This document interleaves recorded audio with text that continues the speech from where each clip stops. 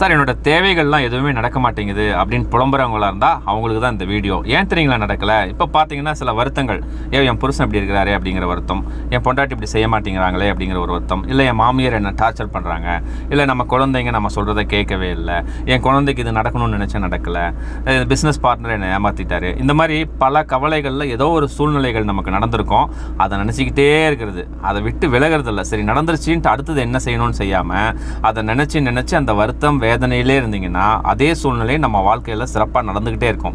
நான் என்ன சொல்கிறேன்னாங்க, அன்பு தியானம் லிங்க் என்க்ளோஸ் பண்ணியிருக்கேன், சிறப்பாக பாருங்கள்.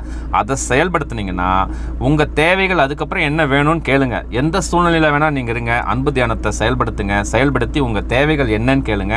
அற்புதமாக ஒன்றொன்னா இந்த பிரபஞ்சம், இந்த இறைசக்தி நமக்கு கொடுத்துக்கிட்டே இருக்கும். இதுதான் உண்மை.